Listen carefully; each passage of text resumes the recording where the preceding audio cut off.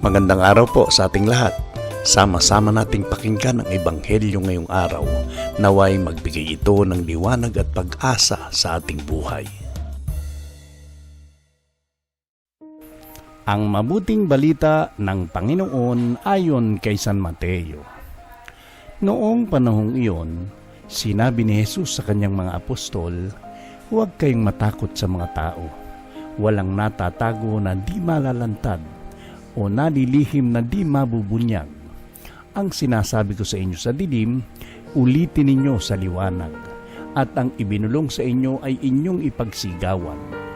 Huwag ninyong katakutan ang pumapatay ng katawan, ngunit hindi nakapapatay ng kaluluwa. Sa halip, ang katakutan ninyo'y ang nakapapatay ng kaluluwa at katawan sa impyerno. Hindi ba ipinagbibili ang maya ng dalawa isang pera? Gayunman, kahit isa sa kanila'y hindi nahuhulog sa lupa kung hindi kalooban ng inyong Ama. Maging ang buhok ninyo'y bilang na lahat. Kaya huwag kayong matakot. Higit kayong mahalaga kaysa libu-libong maya. Ang sino mang kumikilala sa akin sa harapan ng mga tao ay kikilanlin ko rin naman sa harap ng aking Amang nasa langit. Ngunit ang magtatwa sa akin sa harapan ng mga tao ay itatatwa ko rin naman sa harapan ng aking Amang nasa langit." Ang mabuting balita ng Panginoon. Mapagpalang araw ng linggo po sa ating lahat.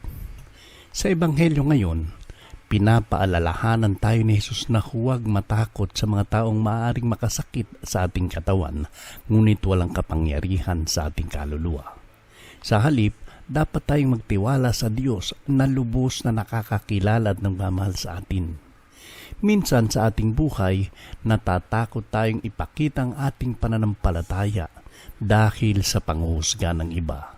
Natatakot tayong magsalita tungkol sa Diyos, gumawa ng tama o manindigan sa katotohanan.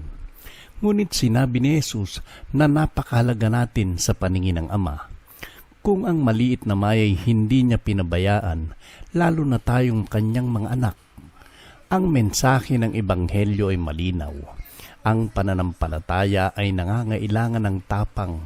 Ang ating lakas ay hindi nagmumula sa ating sarili, kundi sa katiyakang kasama natin ang Diyos sa bawat sandali.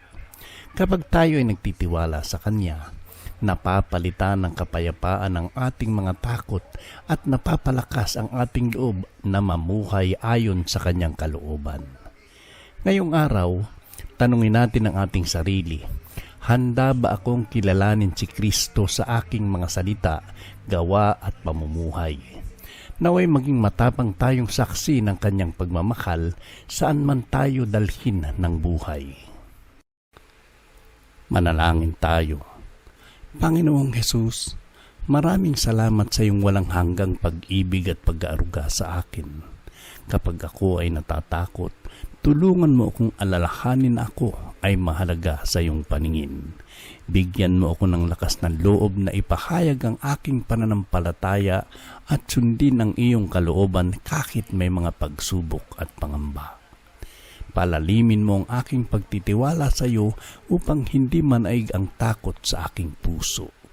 Naway maging tapat akong saksi ng iyong kabutihan, awa at katotohanan sa araw-araw.